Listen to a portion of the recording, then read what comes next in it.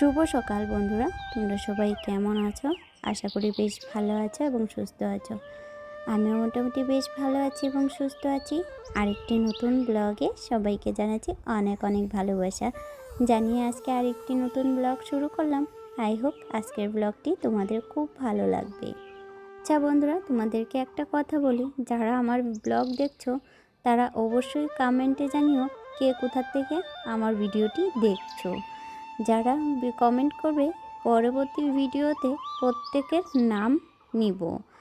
তো আর আমার পরিবারে যদি নতুন সদস্য হয়ে থাকো অবশ্যই চ্যানেলটিকে সাবস্ক্রাইব করে আমার পাশে থেকো।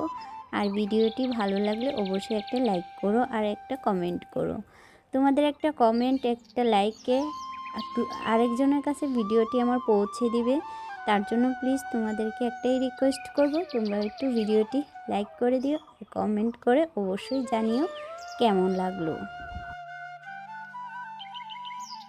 ভোরে উঠে স্নান সেরে বাসি কাজ, রান্নাবান্না, কাচা ধোয়া, সকাল থেকে দুপুর পর্যন্ত আমার কি কি কাজ থাকে সম্পূর্ণ আজকে এই ভিডিওটিতে শেয়ার করব।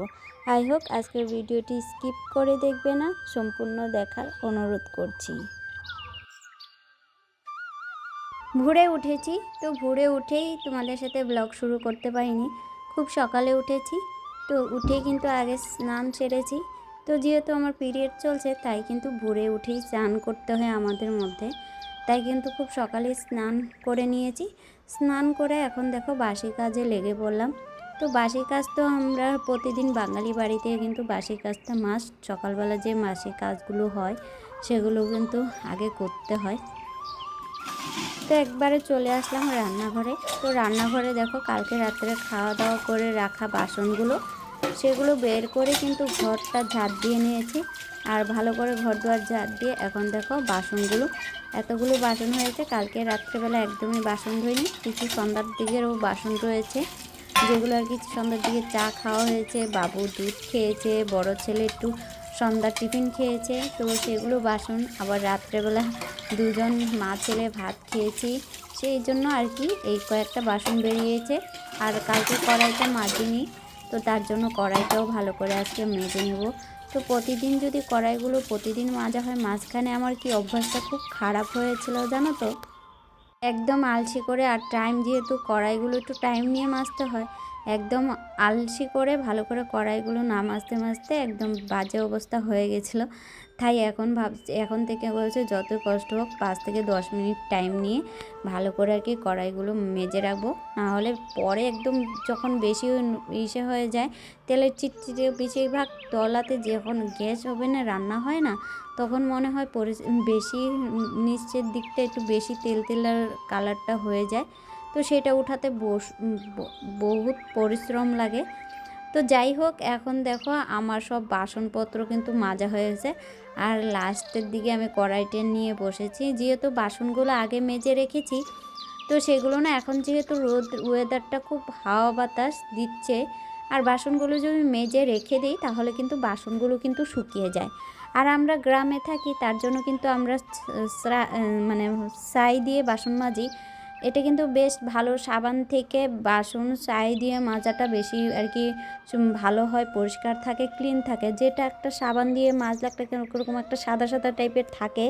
তো তোমরা যদি অন্যান্য কাপড় দিয়ে, তোমরা ভালো শুকনো কাপড় দিয়ে যখন মুছবে তখন দেখবে একটা কাপড়ের মানে উঠে যায় আর কি, সাদা সাদা ভাব একটা থাকে, থালা বাসনপত্রের মধ্যে লেগে থাকে। তার জন্য আমি ছাই দিয়ে মাঝে, আমার বর খালি বলতে থাকে যে তুমি ছাই দিয়ে বাসন মাজবে। ও বাড়িতে থাকলে আমি ছাই দিয়ে মাজি, ও আমাকে দেয় না সাবান দিয়ে মাজতে, কিন্তু সাবানের সাথে অ্যাড করে ছাইটা মাজা যায়, কিন্তু নর্মাল যেটা একদম সাবান সেটা দিয়ে মাজতে দেয় না, আমাকে বলে কি তুমি ছাই সাথে মিক্স করে মাজবে। তো যাই হোক, সমস্ত বাসনপত্র মেজে রান্নাঘরটাও মুছে নিয়েছি আর গ্যাস ওভেন টোভেন মুছে নিয়েছি। তো এখন দেখো সকালবেলা একটু টিফিন করে নিচ্ছি, মানে একটু আজকে রুটি করব। বেশ কয়েকদিন ধরেই ভাবছি যে একটু রুটি করব সকালবেলা, কিন্তু কিছুতেই করা হচ্ছিল না।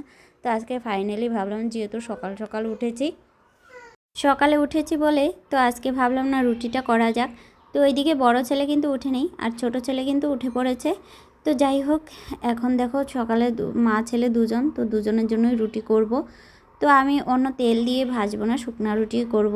আর তার সাথে আজকে একটু চা করব। চা তো প্রতিদিনই খাই, তার সাথে তো গ্রিন টিটা খেতে হবে। জানি না আদৌ, কিন্তু হালকা একটু মানে রেজাল্ট পাচ্ছি, দেখি সম্পূর্ণ খেয়ে। আর 2 থেকে 3 মাস খেতে হবে মনে হয়, খেয়ে দেখি রেজাল্টটা যদি ভালো পাই তারপরে তোমাদের সাথে অবশ্যই শেয়ার করব প্রোডাক্টটা। তো এখন আপাতত শেয়ার করছি না, আমি রেজাল্ট পাই তাহলেই তোমাদেরকে শেয়ার করব। তো আমিও জানি না, যে আমাকে বলেছে তার সেও কিন্তু অন্য কারোর কাছ থেকে শুনে আমাকে বলেছে যে তুমি এটা খেলে তোমার অনেকটা কমবে। আমার ইমুকের একজন কমেছে, তাই আমি ওর রিভিউতে আমি খাচ্ছি। আমিও কিন্তু সঠিকভাবে দেখিনি, তো জানি না আদৌ কি বেলি ফ্যাটটা কমবে কি না।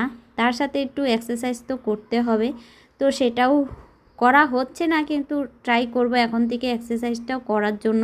মাঝে মধ্যে জানো তো ওই সংসারে উঠেই ঘুম থেকে উঠেই আর কাজে লেগে পড়ি, তার জন্য কিন্তু করা হচ্ছে না। তো এখন থেকে আবারও ট্রাই করব। তো গ্রিন টিটা খাওয়ার সাথে সাথে একটু এক্সারসাইজ করলে বেশি বেটার রেজাল্ট পাওয়া যায়, সেটা মানে খুব তাড়াতাড়ি করা মানে পাওয়া যায়। তো অবশ্যই কষ্ট হলেও সেটা করতে হবে নিজের একটু যত্নর জন্য। তো যাই হোক, এক এক করে এখন দেখো প্রায় রুটি বানানো আমার কমপ্লিট হয়ে যাচ্ছে। তো দেখতে পাচ্ছ 2 থেকে 3টে রুটি করেও ফেলেছি তোমাদের সাথে গল্প করতে করতে। তো সেদিন জানো তো ওই তাওয়াটা আর কি ভালো করে মাজা হয়নি, তো একটু একটু লেগে যাচ্ছিলো। তো যাই হোক, এখন দেখো আমি এইভাবে কিন্তু রুটিগুলো ছেঁকে নিই। তো তোমরা কিভাবে ছেঁকো অবশ্যই কমেন্টে জানিও।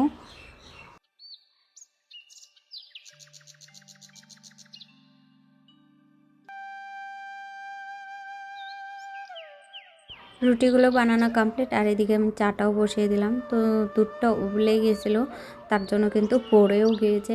তো এটা একটা বেশ ঝামেলাকর, এই যে দুধ পড়ে যায়, চা পড়ে যায়, সেটা পরে এই যে গরম লেগে লেগে অনেকটা শুকিয়ে যায়, তখন উঠাতে যে গ্যাস ওভেনটা পরিষ্কার করতে কতটা একটা ঝামেলা। আবার ভিজিয়ে রাখলে তাড়াতাড়ি করেই উঠে যায়। তো এদিকে দেখো ছোটো ছেলের জন্য একটু দুধ রুটি রেডি করে নিলাম। ওকে একটু দুধ রুটি খাইয়ে দিব, তার সাথে আমি একটু আমিও চা রুটি খেয়ে নিব। তো খাওয়া দাওয়া করার পর, যেহেতু আজকে রবিবার, তো বড় ছেলের আছে গিটারের ক্লাস, তার জন্য কিন্তু সকাল সকাল দেখো রান্নাটাও বসিয়ে দিয়েছি। চা খেয়েই কিন্তু রান্না বসিয়ে দিলাম। ও যেহেতু 11টার দিকে ক্লাসে যাবে, তার জন্য কিন্তু আগেই রান্নাটা করতে হবে।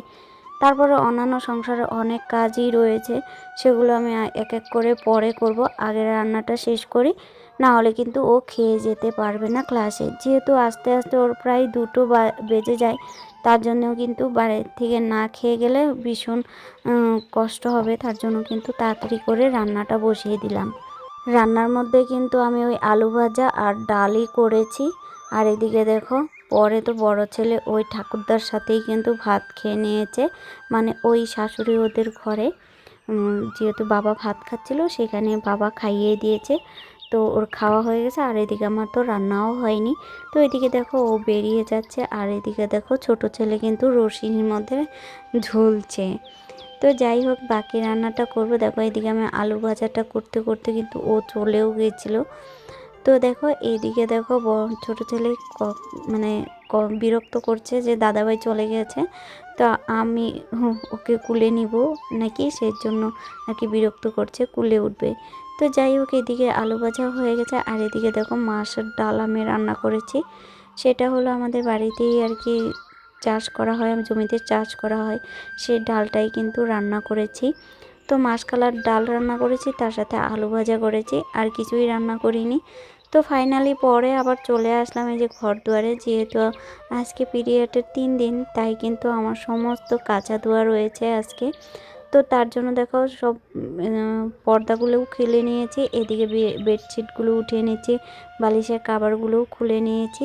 তো এগুলো সমস্ত কিছুই কিন্তু আজকে কাচবো। তো তোমাদের মধ্যে এই নিয়মটা রয়েছে কিনা অবশ্যই জানিও।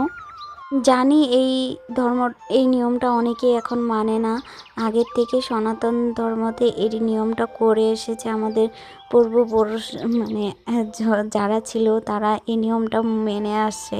আমার মাদেরকেও দেখতাম, মা জেঠির ওরাও কিন্তু এই নিয়মটা করতো। তারপরে শ্বশুরবাড়িতে আসার পরেও কিন্তু শাশুড়ি কাকি শাশুড়ি ওদেরকে দেখেছি এই নিয়মটা করতে, তাই কিন্তু আমাদেরও করতে হয় সেম। তো আমরা মেয়ে থাকতেই কিন্তু এই নিয়মটা করতাম।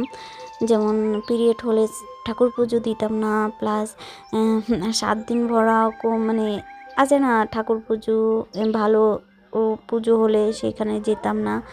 তো যাই হোক, এটাই এখানেও নিয়ম রয়েছে, তাই আর কি 3 দিনের দিনও আমরা সমস্ত কিছু কাঁচা মানে স্নান ভালো করে স্নান করে শ্যাম্পু ট্যাম্পু করে কিন্তু আর কি স্নান করতে হয়। তো প্রতিদিনই কিন্তু শ্যাম্পু করি, তারপর আর কি বলার কথা বললাম আর কি, বলে মানে করে তারপরে দেখো কাজবাজ করে।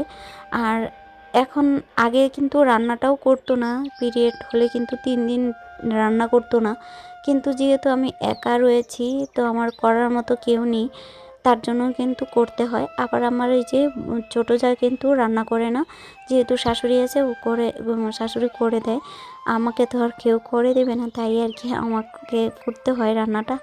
তো যাই হোক, কোনো ব্যাপার না, এগুলো মানা না মানা সেটা অনেকের নিজের ব্যক্তিগত ব্যাপার, কেউ মানে কেউ মানে না।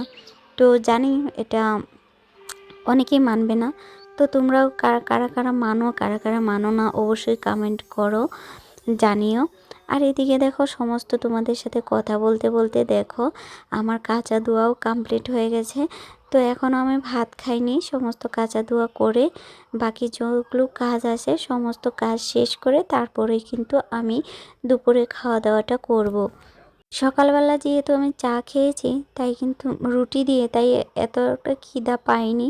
তো এখন ঘড়ির কাঁটা ওই প্রায় মনে হয় 11:30 থেকে 12টার মতো বাজবে, যেহেতু আমি ঘড়ির টাইমটা তখন দেখিনি।